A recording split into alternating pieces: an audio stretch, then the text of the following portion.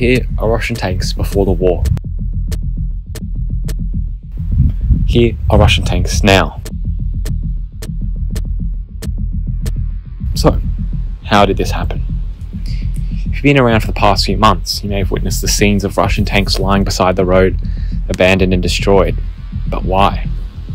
Before the wars, Russian tanks were looked at with fear and were deemed strong competitors of NATO tanks, with strong ERA reactive armour and powerful main guns.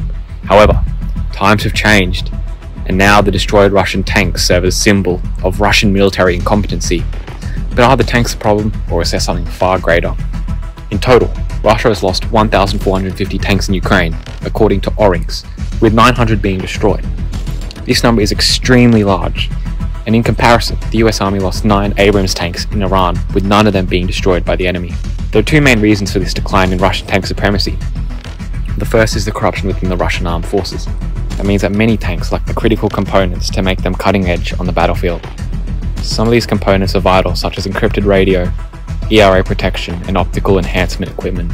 This means that in ambush situations, units cannot properly coordinate, or in night battles, they lack important vision enhancements, enabling the tank to be competitive in battle.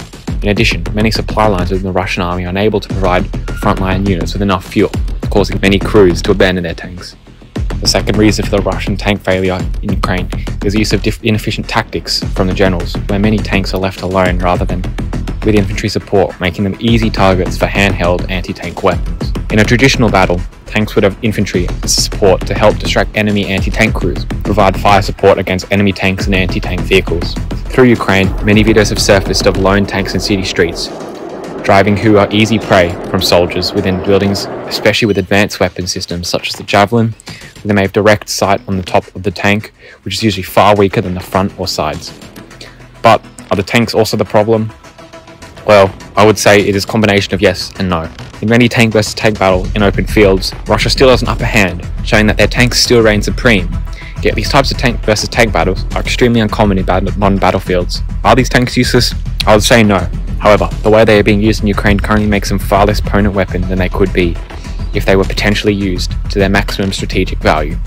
If you want more from the Definitive Military channel, like and subscribe to show support for the channel.